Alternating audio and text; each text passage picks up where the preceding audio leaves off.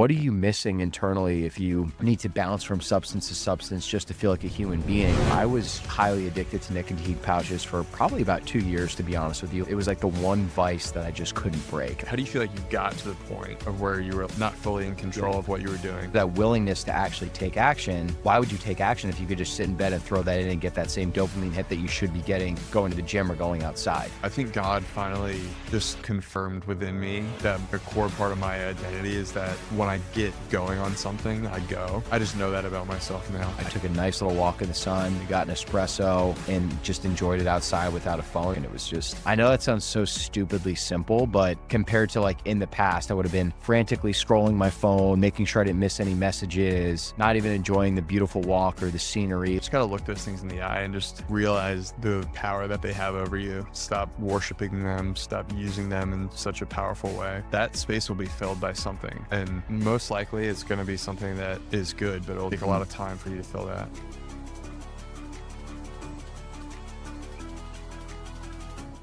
Sir? My man. How you doing? Dude, feels good to be back in studio. I know we were saying that it's been a little over 3 weeks since we last recorded together. I mean, you were in a van driving across Texas for 2. I mean, we could recap that. How are we feeling? Yeah, like, give me the highlights. I feel good, man.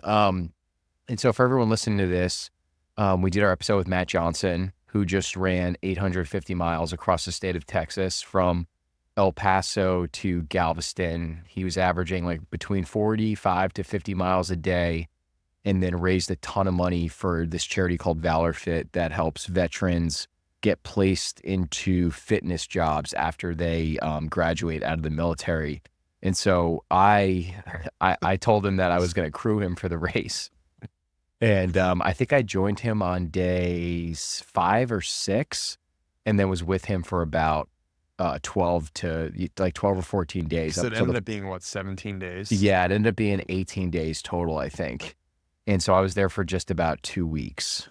Walk me through just the emotional journey that you as like the guy helping the guy, the emotional journey that you're going on. Because I can't even imagine what he was going through. Yeah. I mean, he was probably just locked in and focused, but like you guys are behind the scenes. It's like you're driving behind him 4 miles an hour. Yeah. Like eating like garbage, sleeping like garbage, and not really doing it. Well, we need to have him back on the show.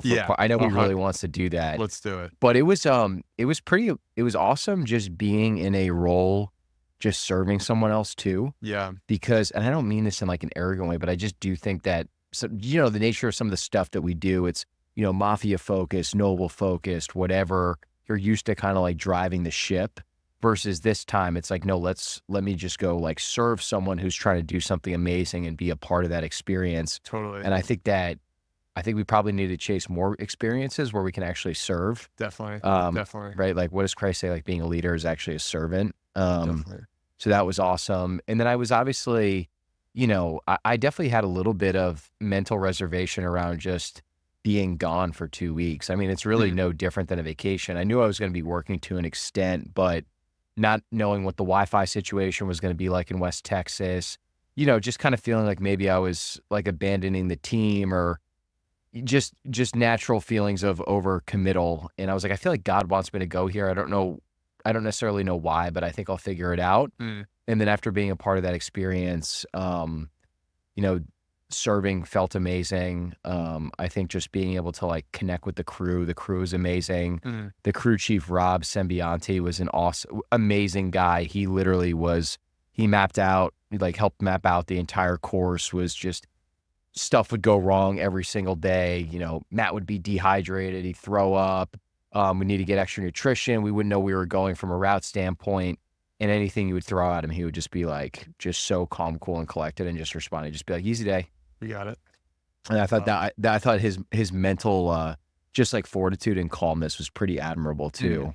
That's so cool. Yeah. Yeah. I can see there's an interesting topic woven into what you just talked about, which is like, being split with a decision of, I have some responsibilities back here, but then this once in a lifetime experience to actually be there for a friend. And I feel like in those moments, it's a pretty easy yes when your gut is like clearly telling you and pushing you in that direction, but it's also incredibly challenging to just kind of like fully commit to that and like be in that zone where you're like comfortable actually being away for 2 weeks. So I just think it's cool that you actually did that, and just went for it. It's Yeah, you like, got to make. do it. You've always said that. You've always said like your framework for making decisions is it a life changing? Is it a memory that I'll never forget? Yes or no? And if it's yes, you do it because life is really about creating those memories and those Yeah. experiences, man. Like the things that you can tell your kids and pass on to your grandkids, and you know. And now we're capturing everything in a time capsule. Like, it's funny. You'll show me pictures or like newspaper clippings of your grandpa, and you like I only get to see a picture of him, or like I know you knew him to an extent and he passed when you were young, but our grandkids and great grandkids are actually going to know what Harry's personality is like and Brett's Yeah, personality is like, totally. you know? They'll be listening to the Meat Mafia podcast potentially. That's a little scary. Yeah. Well, what did you learn along the way? What was any feedback or anything that you're like taking away and being like, this is kind of like why I went on that trip? I think that there were just certain moments in like the middle of nowhere, West Texas, where there's nothing besides you, the pavement, the grass, a couple cows, and a windmill, and just in those moments, just like feeling God moving out there. Mm. And that's something we've talked about before, but I think outside of like worship music at a church, your most likely encounter with the Lord is probably out in the area that he actually created, out in the wilderness, out in the wild. Mm. You know, you'd feel him when the sunrise would go up or the sunset would happen, or just like random moments in the middle of the day. Yeah, I feel that when I like go skiing. It's like getting on top of the mountain.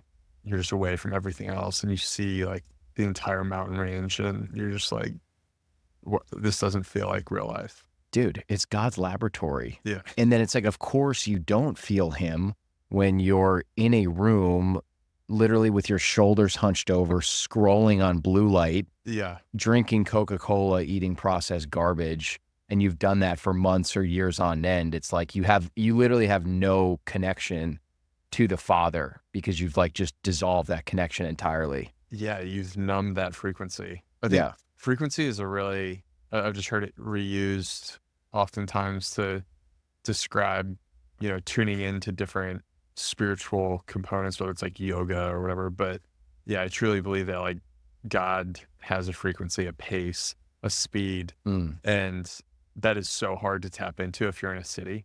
Remember when we moved out to Bastrop and like the light pollution was gone, the noise pollution was gone, and it just got dark at like 5:30, and you and I would just kind of like, be able to work for like 2 more hours maybe, and then we'd be like 7 o'clock. I'm like, no, just call it. Oh my God. We would sleep like bang. Dude, I just remember because we moved out there in November of 2022, and that'll always be such a transformative like part of our friendship. There's so many. That's a perfect example of like just say yes. Well, yeah. So we lived at our buddy's ranch house in Bastrop, a beautiful house, incredible little town, like 40 minutes outside of Austin. And yeah, to your point, it's just just going from the hustle and bustle of you were in Boston before that, Austin. I had gone from New York City to downtown San Diego, right to Bastrop, and just quiet. And at that point, the sunset was setting earlier. So it would be 6 o'clock. You'd be ready to go to bed. Dude. And I think that pace that you're talking about is, I think, to an extent, what you and I are tapping back into. Yeah. And I think these seasons, like these physical shifts in season from summer to fall to winter, are just awesome opportunities to reevaluate where you're at in life. And I'm really excited for this next season because you talked about this kind of like sacred pace. And one of the other things that I picked up on that trip was, I had quit nicotine pouches like 4 days before I had gone out there, maybe 4 or 5 days. And I think people that listen to the show could probably pick up on it. But, I was like highly addicted to nicotine pouches for probably about 2 years, to be honest with you, like basically since we started living together in Bastrop. And started off small like anything else. And by the end of it, I was probably consuming 180 to 200 milligrams plus, which is like north of a tin a day. And you had done a really good job of getting off of it a long time ago.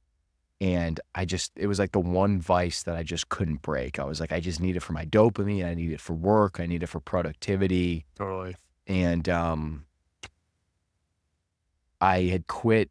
We could separately do a podcast on this, but I quit Kratom and Feel Free a few months earlier. And so I think I just had this feeling in the summer of like, it was Kratom, it was Feel Free, it was overly caffeinated beverages. It was just constantly needing to be stimulated, almost like just not being able to wake up out of bed as Brett and just go through life normally, just always needing something to get that edge. And so it's like, what are you missing internally if you need to bounce from substance to substance just to feel like a human being? And so I almost felt like this dirty feeling inside where I would always need to go by a gas station to make sure I had enough nicotine, make sure I had that Zyn, that Lucy pouch. Oh, hey, I'm running low. I got to get it. Oh, I forgot it in the house. I got to go buy another one, even though I'd already bought in two. And I just reached this moment where I was on a call with our buddy Trip, and I like took out the mango pouch that I had and I threw it on the ground. I was like, I think I'm really done for good. And then I posted about it just on Instagram because I find that having that public accountability is really helpful. And then I just went into the abyss. Just like slowly drifted into the dark, dark abyss of withdrawals. Mm-hmm. So I guess setting the stage a little bit more too. Yeah. The context is really you 3 years ago are coming down to Austin, ran an Ironman, peak shape. Had you ever been in as good a shape as Ironman? Not from a cardio perspective, no. Yeah. And just eating, just your diet's been dialed. But as soon as I feel like these things creep into our sphere, like as soon as we start just loading the plate up with things.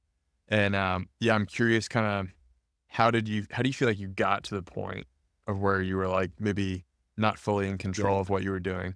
Yeah. And I think we touched on this in an episode where August was like a breakthrough month for me because I think I lost 13 pounds and just cleared the fog once and for all. If you do a full audit of all the amazing things that have happened in the last, or in August for you, life-changing. Well, it's just, literally circle thank that you. one. Yeah.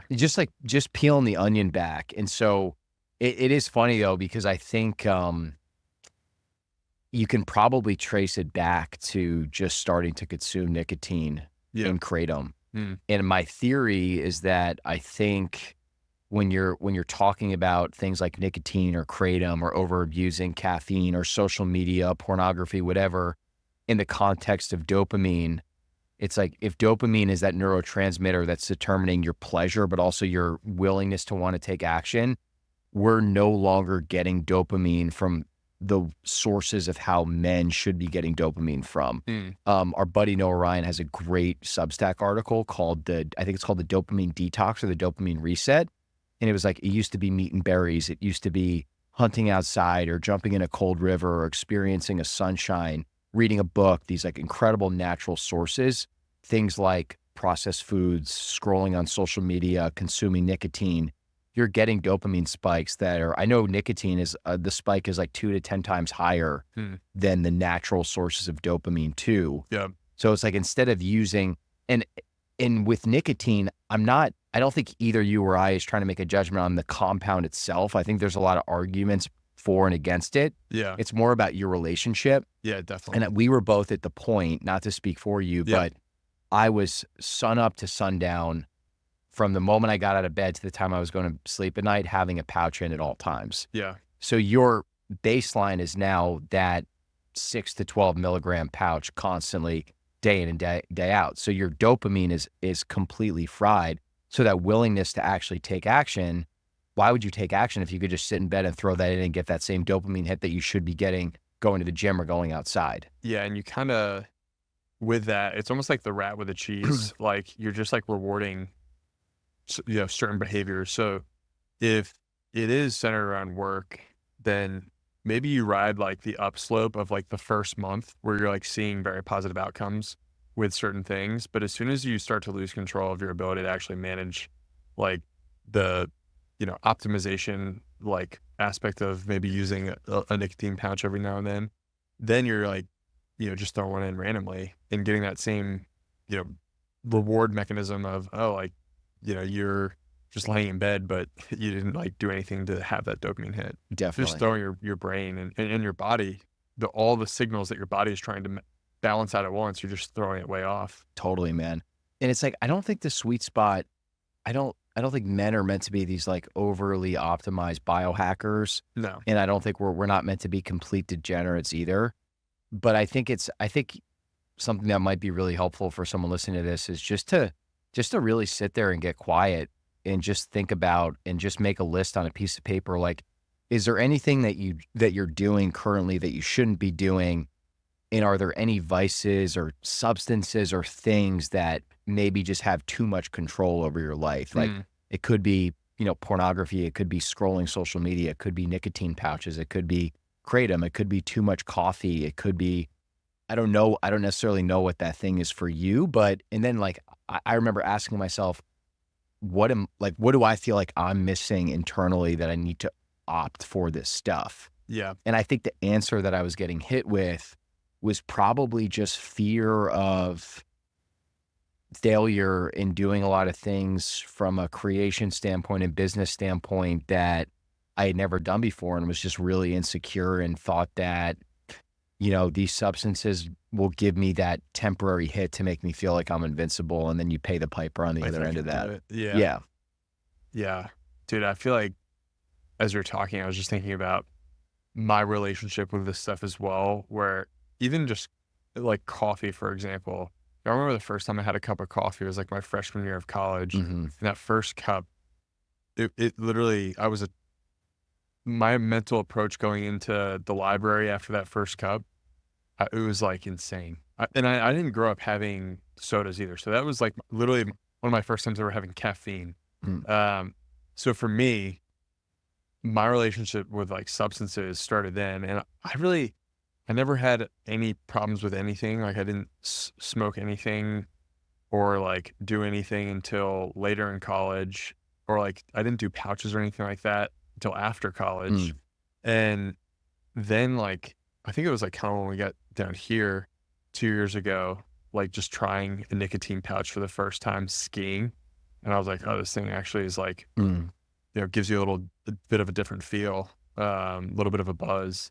And yeah, then just using it for work stuff. And it's so easy to kind of lose just the context of it being helpful. And then the other side of the coin where it's like actually draining your creative capacity and just being a crutch for something else. Yeah. I think for me, what made me, because you mentioned me like just stopping cold turkey, what got me to the other side of realizing that I just like wanted to be sober minded was just wanting to like think more clearly and more slowly and not feel like I had to constantly be moving fast to be effective. And that's like always how I felt whenever I would even just a coffee or caffeine. It was like, I needed to be fast to be effective. And I just don't think that's true. And I don't work well. Like I'm just more of a blue sky thinking, like likes to see the big field. And I feel like I lose that when I'm like overly stimulated. Yeah. And so, yeah, I feel like I was losing that creative capacity because I was taking things that were draining my dopamine. Yeah. The nicotine pouches, caffeine. And like you, it's like, 200 milligrams was like all in a day's worth. Oh, dude, I'm getting out of bed with 200 milligrams and popping in 2 Zins just to get me to the gym in the morning. Yeah. I just remember that. And I think this conversation is rooted in truth and honesty. And I think the direction of this show is to like, for both of us to fully root this show in truth and honesty. And not that we never weren't, but just being more vulnerable and transparent. And I think that is something that we've talked a lot about off camera, is how you just see a lot of, I don't know if the word is hiding, but people acting like they need to be perfect because they have a brand or persona. Yeah. And we're all just broken people, honestly, trying to figure it out. And the more vulnerable and open we are, but I think it's a good reminder for everyone to just like take the advice that you're seeing on the internet with a grain of salt, because there's all things that we're going through. Probably the influencer that you're following is potentially hiding something too. I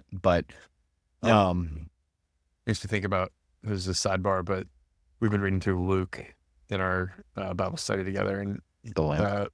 there's a Luke 15 is all about these different lost anecdotal lost stories, allegories of just people being lost, or using these stories to tell how heaven rejoices when these like, for example, lost sheep, the one lost sheep out of the 100 herd, they've got the 99, and the one lost sheep is found and heaven rejoices. Or when one sinner repents, heaven rejoices, but the 99 who proclaim to be righteous, like, heaven doesn't really Totally. like care. So in that sense, like, I think that's kind of what we're talking about with this, is like, you and I aren't perfect, not pretending to be. I think we wear who we are on our sleeves and just try to be examples of that. Like, there's things that are happening that we just feel like are really relevant because we've either struggled with them, overcome them, or, are dealing with them. Yeah. I think it's important because, at the end of the day, I think a lot of people are dealing with a lot of things that they just keep suppressed and they don't bring it to the light. And ultimately the healing happens when you put something into the light. Yes. And you actually like talk about it. 100%, dude. That's why it's like Satan wants you to hide in the shadows, right? Oh, dude, he wants you scared, ashamed. He wants you so ashamed that you're afraid to talk about it with your best friend. I'm the most messed up person ever. No one else could relate to this, right? Yeah. Like, I literally have a group chat with 10 buddies called Champions of Chastity for guys that are like trying to not masturbate or watch porn or like engage in celibate practices with their wife or with their girlfriends pre-marriage, like primarily a Christian group chat. And I just started noticing this pattern where like the guys would go a couple days without like text, because we would like text each other like if we had made it another day or if we slipped up. And I would notice that guys, when they would slip up, they would just stop responding in the group chat, right? So you can kind of assume. And so what I started doing was like when I slipped up and started, my new streak, I just started sending day 1, day 2, day 3, all the way up to where I'm at now. And we all decided as a group, like, we should be sending our days, whether we slip up or we make it. And the amount of guys, now that they truly have that accountability every day, it's like everyone has been so much more accountable too. Yeah. Which is what you're saying. It's like, get out of the shadows and find a great group of friends, colleagues, whoever, that are really going to keep you accountable. That's what real friends do, is they call you out when you need to be called out. They support you when you need to be supported. They don't lie to your face. They tell you the truth. Yeah. Yeah. There's something too about actually speaking the truth over somebody. Like, if you see somebody's caught in a lie, like, how quickly can a lie just wrap itself up within you internally and just like actually completely distort your own identity, your own interactions with people. And like, if that doesn't get resolved, I think it's kind of just a ticking time bomb, 100%, dude. I've talked to Dana about this, but like, one of the biggest catalysts for me wanting to quit nicotine was just like the way that I would hide my nicotine usage, where I would like be around her and I would be like, oh, I have to go to the bathroom, and then like throw it in casually when we're in the middle of dinner. And it's like, it's so easy to justify, where it's like, it's just nicotine. Like, this is the worst thing that I do. Yeah. But then for her, as your girlfriend who you're going to build a life in the future with, it's like, well, what else are you not honest with your word about? Like, if you can't keep your word to me about this, like it just ends up being a snowball and a catalyst to so many other things. Yeah. And that was a big catalyst for me, just finally putting it behind me, of just being like, are you actually going to be a man that's true to your word? Or are you just going to continue to say all these cool things and put a microphone on yourself and advertise for the right soundbite, but behind closed doors in the shadows, like you're not actually practicing what you preach? I was just so worried about being a fraud. Well, dude, kudos to you for just making the changes. And thanks, man. Dude, it's super impressive. I feel like one of the things that I've noticed too is I don't think it's a coincidence that in August these changes started happening. And then since then, I feel like your relationship with God has taken like 3 to 5x increase in just like your appetite for like consuming more scripture and just wanting to be around like that type of those types of people and that type of content. So to me, I'm like, that's not a coincidence. Yeah. I feel like you've kind of like tuned back into like the things that actually fill you up. Totally, man. Well, I think I literally got my antenna back, right? Yeah. After so many repetitions of not ultimately doing the things that I should have been doing to develop that antenna, you just slowly start to decay at it, and you don't realize until you look in the mirror. Like if you're looking in the mirror and you're not proud and smiling back at what you see, and I think that's an exercise that everyone should do is like smiling at yourself in the mirror. Like if you truly don't like that person that you see and you aren't proud of your body of work, like there's something that you should explore, I think. Definitely. Like if you're not proud of like your actual vessel, like more than, it's way more impactful than putting on a suit or a nice pair of clothing or driving a nice car, like your body and the way that you present yourself to the world. Like if I can't take care of myself, I don't trust myself. So how could you as my business partner trust me if I can't even take care of the most basic thing? Yeah. And that stuff compounds on itself too. I think that's one of the reasons why a lot of people are drawn to stoicism is there's this physical component to it, or maybe that's just how it's been packaged up and marketed to us in the West. But it feels like there is this physical component to the mental and spiritual. Yes. And like, I love that. I think that my pathway to God was totally paved through physical pursuits. Yes. So, there's so much to be explored through just liking what you see, liking how you feel. This past weekend, I did a fast. 72 hours. 72-hour fast, Lost Monday, 11 Friday, pounds. Saturday. Yeah. It's a beast. 11 pounds. Walked 10 miles on Saturday, did yoga Friday, Saturday, Sunday, walked 10 miles on Saturday. Was just kind of in this phase of like, I feel like this is like the ultimate detox. And dude, at the end of it, I just felt so clear. Like just had really put down a lot of things. And yeah, I don't know. I think that's a practice that outside of like it's mostly like now taught and projected as a dietary practice, and it's 100% just a spiritual discipline, and it will create space for having realizations like I need to get off my phone more, or I need to quit nicotine, or I need to reduce my caffeine consumption. Like I think those are the time periods, like when you cut off food, you go fast, you go for a long walk, and you just like try to listen to God. Like that's when you get those insights where it's like, oh, I haven't been realizing, but I'm struggling with this. And I noticed that this weekend that there was a lot of just really cool insights that I was having. Anything that you could share with the audience, like just what were you kind of getting hit with? And yeah. One of the biggest ones was more of a role that I needed to step into more. It was just more so interpersonal as someone who can help other people. I just had this realization that this is at like a prayer workshop that I was at on Sunday. It was all on inner healing. And basically we went through this workshop. This guy was going through a prayer that he had basically just kind of went through with himself, and he shared it with me. And then he had to like kind of articulate what he thought it meant. And then I just like spoke some truth into it and just saw like this weight get lifted off him. And so for me, I was like, I feel like I haven't, and it felt really good to like speak truth into somebody's life. So for me, I was like, if that's the power of the truth and good words, I'm not doing that nearly enough, like seeking it out. Yeah. Because I think if you're actually seeking that healer, and I'm not trying to say like, in a woo-woo way, but like truly just being there for people in a way where like you're trying to like construct them. You're trying to be like really constructive.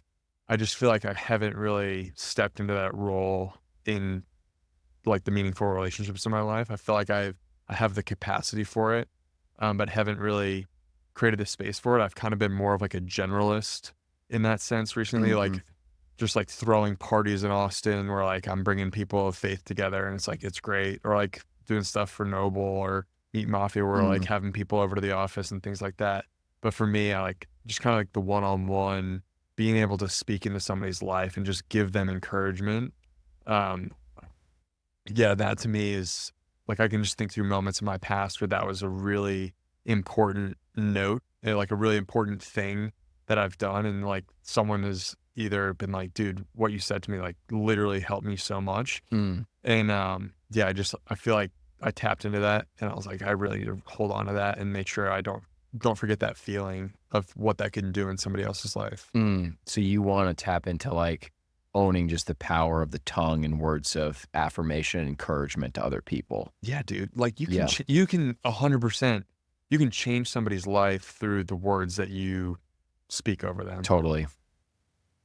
I like, I believe that the world was created through God's words. And Yeah. like, I think that creation in itself is a construction of, the words, that God created in the beginning. It's Yeah. like, I think the new creations are oftentimes how you speak into somebody else. Yeah. So, when you see somebody start to actually change their life, they'll probably think of a moment where like Mhm. somebody else actually gave them some nourishment in the form of the right words. Definitely. Um, and I think that for a lot of people, they're very dry. They Yeah. they haven't heard anything from Yeah. anyone in a long, long time. Yeah. I think there's even like undertones of things that have been normalized by society that might even be like, honestly, like maybe a bit like satanic and we don't even realize it. And I think one of those things is like living in this perpetual state of fear and being judged by others. Because I guarantee you, like the conversations you're talking about, the most impactful aren't just to your close friends, but probably more important, like when you're meeting certain people for maybe the first or second time and you don't know them, you don't know what someone's going through, but like if you recognize an awesome trait in someone or you feel called to speak truth into them, like Satan doesn't want you to do that, but like, or you're just worried about what someone else is thinking about you, or is this going to be too over the top? And it's like, dude, just like lean all in and be bold and speak your truth because some of the best, like quickest, most amazing budding friendships have come from either me or the other person kind of speaking those incredible truths like right off the bat when it might have not been socially acceptable. Yeah, definitely. Yeah, when you break down that barrier, like when you throw a compliment over the net to somebody else when you first meet them, Oh, and they're just like they're hit by it, you can't beat that. totally. Like, and that could really just that can breathe life into them forever. That can echo like that could be the thing that gets them the job that changes their life, or that could be the thing that gets them to start working out more, which changes their life. There's so many things that can happen that can, like the right thing said at the right time Mm, can just shift everything. totally, man. And that's why I think what you just said relates back to, which is an extension of the fasting. It relates back to why it's so important to keep peeling away these layers of like these character traits that are maybe holding you back. Maybe it's like the wrong vices or the wrong source of dopamine, because as you peel those layers of the onion back, you like, I feel that both of us are probably in the most authentic place I think we've probably both been in since we've really become friends. And I know there's way more layers to peel back on. And that's when like the magic in life starts to happen, dude. When you really like clear that fog and you delete Instagram for the first time and like get like actually reset your dopamine. Like that's what I think changed my life this last week, was thinking about one of the things that Noah Ryan said to me was, he was like, it's dopamine's not this incremental improvement to get more efficient. It's literally kind of like this seat, like almost the vehicle to access your potential as a male. Mm. And so it made me realize whether it was nicotine, whether it was kratom, whether it was pornography, whether it was scrolling on social media, which was the big one that I was hit with the last week. I'm like, you are literally like chipping away at your potential, dude. Like this version of Brett that you want to be so bad, because you think it could like build a great family or help your friends out, like you're not going to bring that person to life, dude, if you keep like harmlessly scrolling on your phone and not doing the things you need to be doing, man. It Yeah, was such a wake up call. yeah. It's literally just not going to happen. Yeah. Even if like the whatever you're looking for, whether it's like a financial outcome, business outcome, whatever, like it's not happening to the version of Brett who tanks himself through all of those things that Yeah. are like somewhat destructive over a long enough period of time. Yeah. Um, yeah, I think that you have literally just taken a bullet to like all the things that are like these little micro or just like things that kind of like just carry around that slowly over time, they just start to slow you down. Over the past 2 Thank months, you've you. just taken a bullet to all of them. Yeah, man. Well, I'm worried about, um, no, I hate using the word worry, but the state of men in general is really interesting to me. Mm, And it's like, well, if you actually want to lead and try and make a difference, if you're a slave to those same vices, you're not qualified to be a leader. You're just like in the same category as them. And I do worry about like, the excessive scrolling and social media that young men are exposed to, and women obviously, but the scrolling, the dopamine, pornography. It's like most men are watching porn years before they ever have an encounter with a woman. And now with Zins, dude, they said that I think it's 25% of all Zen users are under 18 years of age. So it's like they're getting exposed to unnatural amounts of nicotine at a really young age. And I worry for the future generation and like the fact that their dopamine receptors are so fried at a young age, and like the basic things that we did, like playing in a baseball field or like jumping dude, in a pool and just hanging outside, like what that used to, how that would light how you that up. used to make you feel. Yes. Yes. Literally just going to the pool. Yeah, versus like putting on a virtual reality headset and eating Cheetos. Like I really worry about the next generation of men. Oh, dude, it's not it can be a pretty unpleasant thought pattern, but I really think that the human spirit is incredible. I Yeah. totally believe that there will be a group of people that just won't have it, and I think that there's just a lot of leaders being built up in this time period. Yeah. Like the next 10 years, we'll look back 50 years from now, and this will be a period where it was very clear that leaders were being formed from 2 years Yeah. ago until the next 10 years. Yeah. I really do think that there's been enough of a wake up, enough of a disruption in the paradigm that it's broken and people are wanting to make change within themselves because they see externally there's so much off. I think that's the right mindset, just to choose default optimism. Yeah. I mean, we have the opportunity to just choose that. And I think the outcome of that is ultimately like everyone around you gets to feed off of that. Yeah. Like optimism is just a way better way of living than just constantly being in fear of like what's next. What do you think you'll do a longer fast than 72 hours any point in the future? Dude, I think I'm gonna do I'm definitely gonna do a 7-day one before the end of the year. Nice. Yeah. Yeah, I want to tap into it, especially I really realized that I had some serious imbalances and I'm working through them right now. Like with the hot yoga, I've just noticed that like there's just been these releases that are happening. Whether it's like mostly like lower body Mm. and shoulders, but like my body's feeling great. And I just think that the fast helps like flush some of that lymphatic, just like the lymph system. I just feel like I'm not walking as much as I used to. It was just not operating the way it should. So I just wanted to like sweat more, stretch more, and I'm starting to just feel like a huge uptick in energy, focus, concentration. Well, the one thing I love about the yoga mixed with some fasting is just the focus that I have during that session carries over to focus in work and focus in other things. Mm. So I want kind of my mantra for 2025 to be concentration, focused. Mm. Stewardship is another one separately, but Stewardship. like really being someone who's just where they are and like able to like lock in and just like do what I'm supposed to do here and then move on to the next thing. Yeah. Because I just found myself getting really distracted not recently.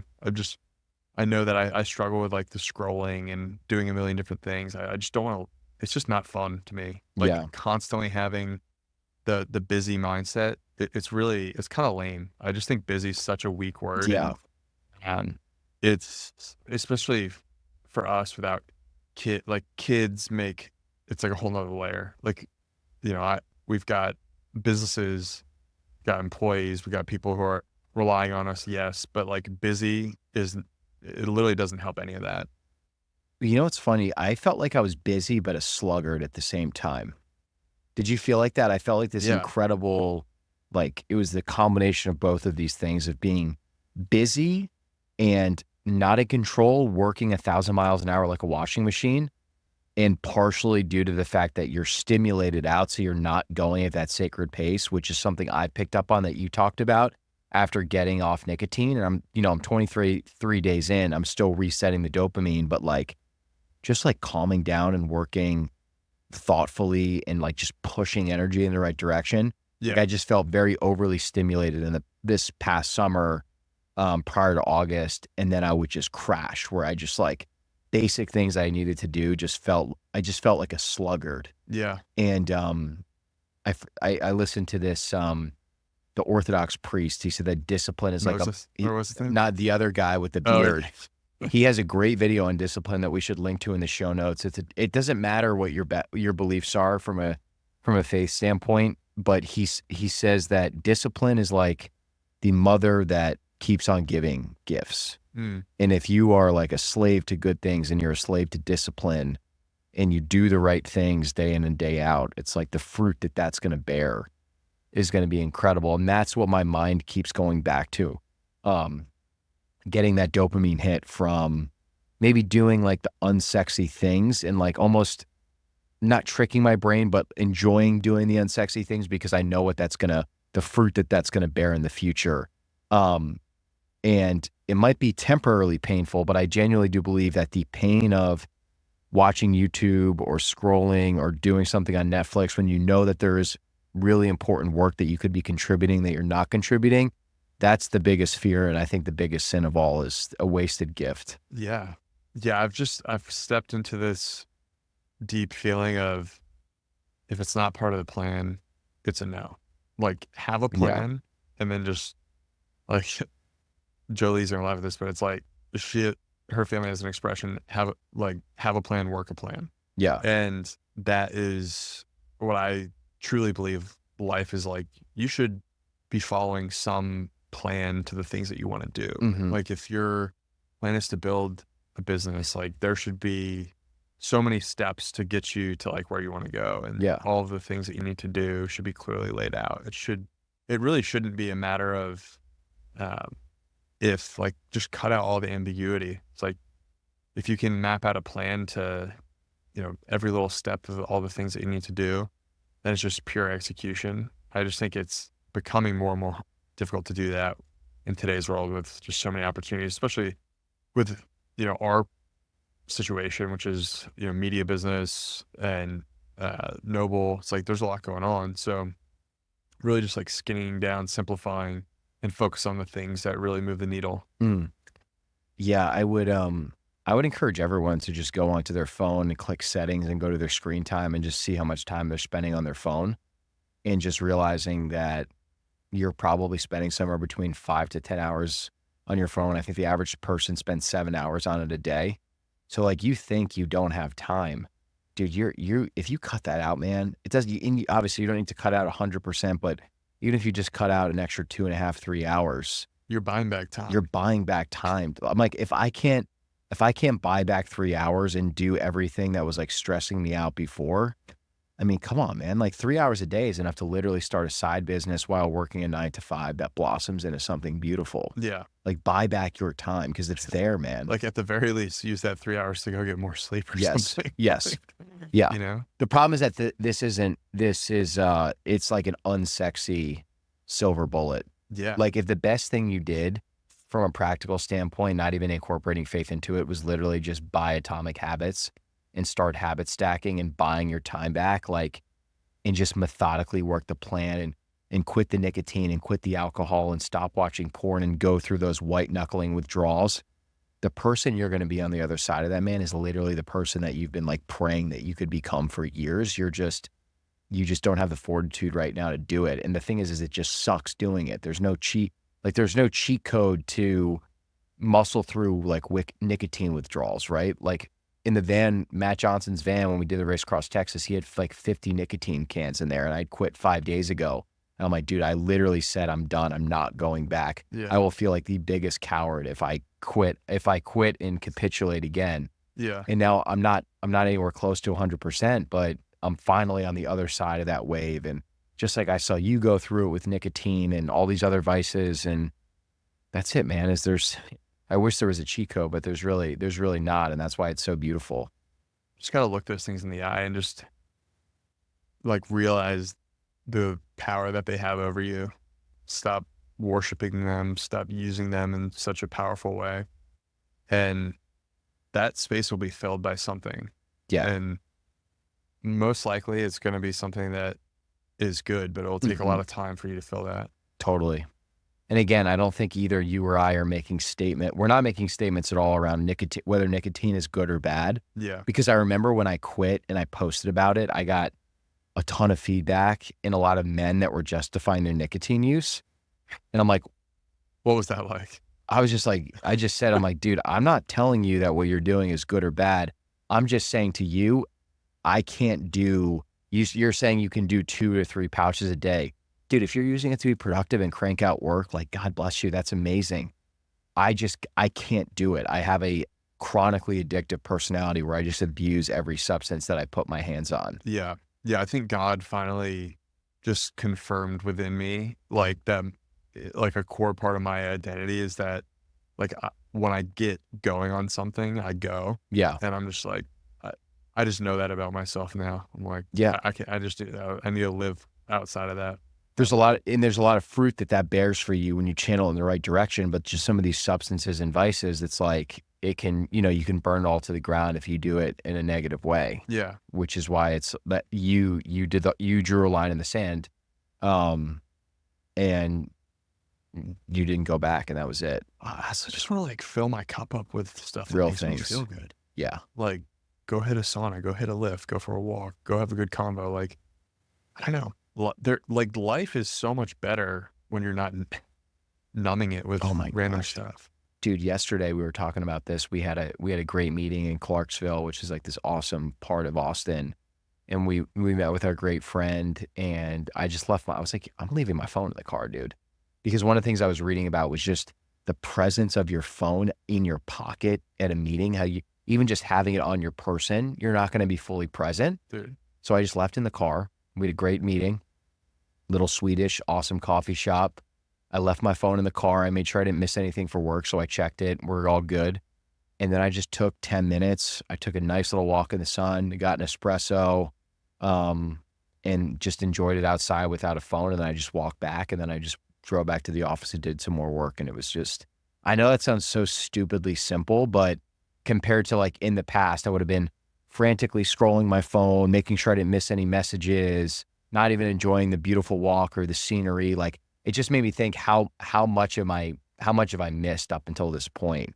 And it's a sunk cost, but yeah, it was crazy to think about. Around, I think everyone's struggling with this, or maybe I'm crazy. Everyone's struggling with it for sure. Like, so I 2 weeks ago, I took a 3-hour walk around Lady Bird, no phone.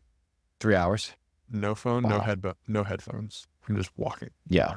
Dude, it was such a good unplug. I hadn't done anything like that in such a long time.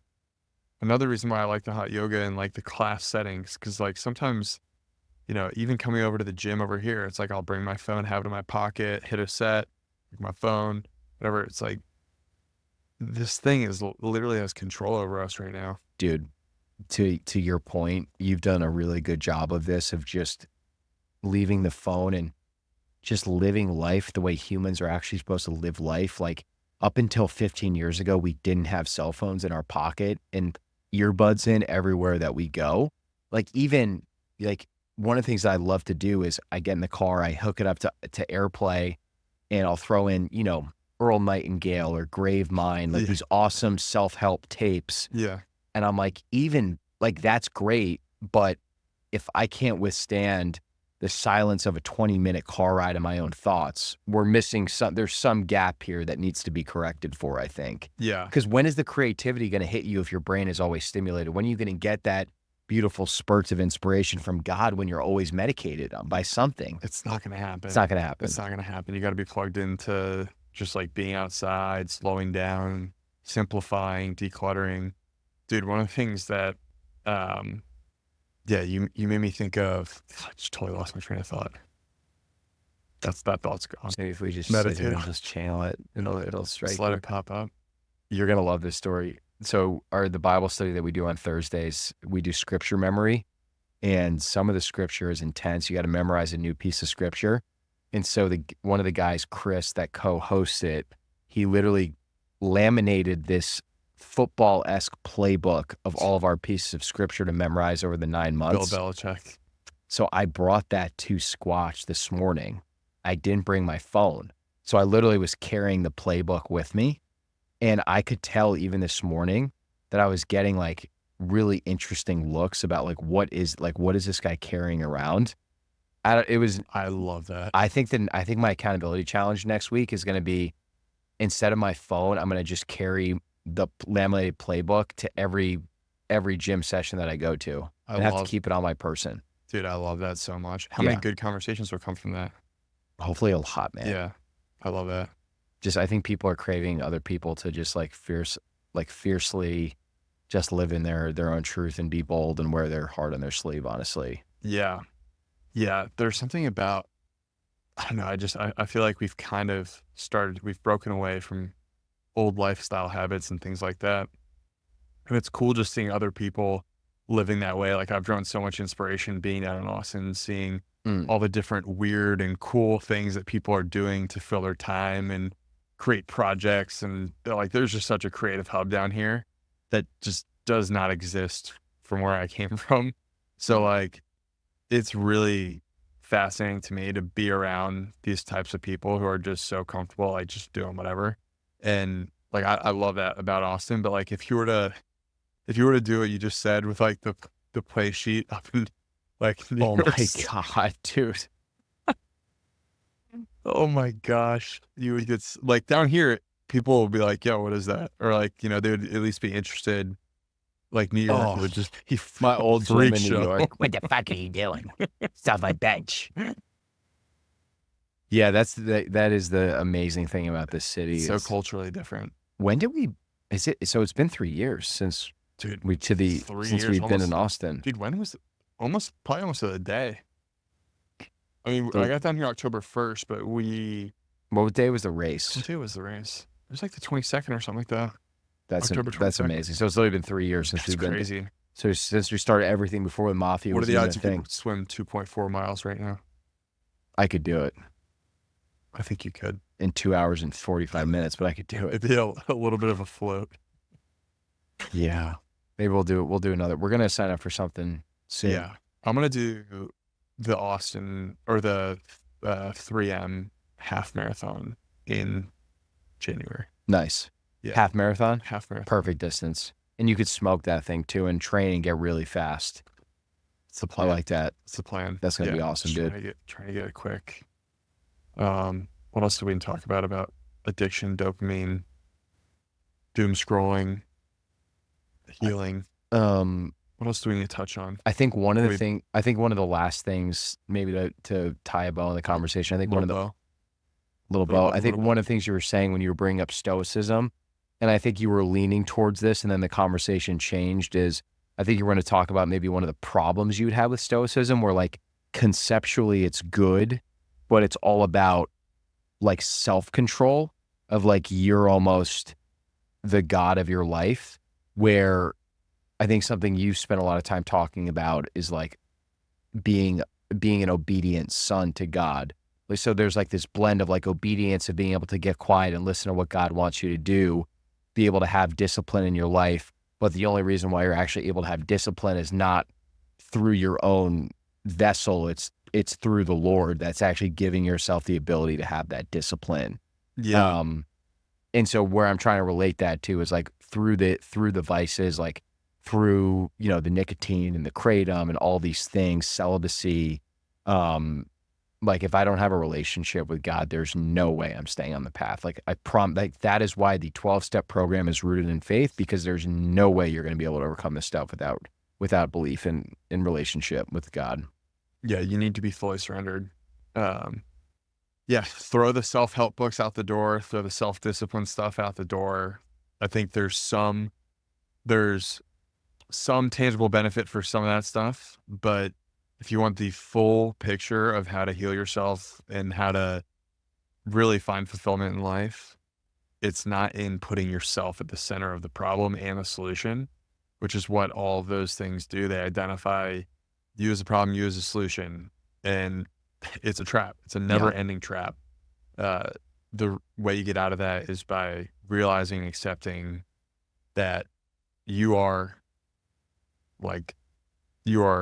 a son of God, you are a child of God, and that if you surrender to him and allow him to work through you, he will slowly peel away all of the things that aren't going to be useful, peel them away over time, and you'll grow in that relationship and understand what it means to follow Jesus, follow God. And I think that surrendering process teaches you that surrendering to a higher power ultimately lets that power come into you and flow into you and flow through you, and makes you completely change your heart at the end of the day. Like, you don't want to feel like a slave to the things that are bothering you, and you won't feel that way if you are a servant and a slave to, the master. He's like almost like a potter that's like just shaping you and molding you. Yeah. It's a really interesting point that you bring up, where it's like, and it's like, I don't think you're saying like literally rip up a self-help book, or like you're like, it's just it's a small piece of the puzzle, but they're taking from these, like, they're really just, all these books are just taking from like biblical principles. Like when you go back and read scripture, like, oh, this is this book. Yeah. It's like looking at a painting, and they've painted like a part of it really like beautifully, and then there's like parts just missing, Yeah. And like, if you want the full picture, there's that option out there for you if you make the choice. Yeah.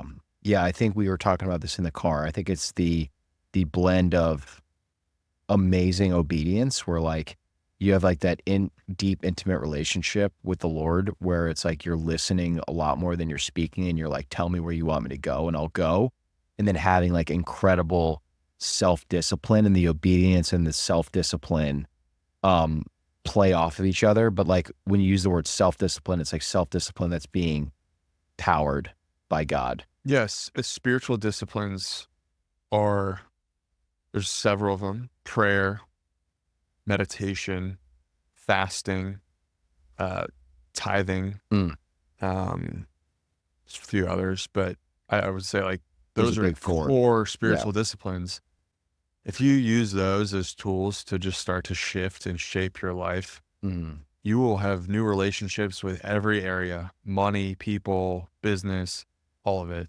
And it all comes through, and reading scripture, another spiritual discipline. It's like, if you're not doing these things, it's really challenging to connect with God. Like, it is very challenging. So yeah, anyone who's interested in that, I think forming your life around the spiritual disciplines, it's like making your bed. They're just good habits to pick up. And then you slowly look back and you're like, dang, these things have literally morphed my thinking. My thoughts are changing. The people coming into my life are changing because you're just making better decisions. It's a game changer. Talk about the ultimate dopamine hit, when that good piece of scripture pops. Can you recite the one that we did this morning?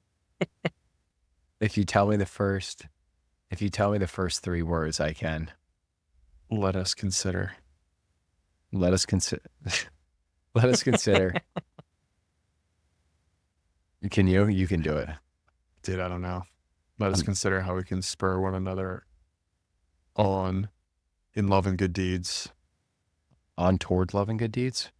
Or is it just towards love? On towards love and good deeds. Not giving up meeting together, as some are in the habit of doing, but encouraging one another. All the more as you see the day approaching. Wow. I literally read that. Hebrews, I read that 10, 24, 25. Yeah. Someone can go spot check it. That was kind of right. I read that 5,000 times this morning too at the gym, and then that was unfair. That was no, not unfair. All right, so to wrap, chase real dopamine. Yeah. Pursue the real richness of life. The real fruit of life is in relationships. And it is hard to have good quality relationships when you're constantly self-sabotaging yourself by diminishing your energy through all these vices and substances, addictions, things that distract you, things that take you away from the present moment.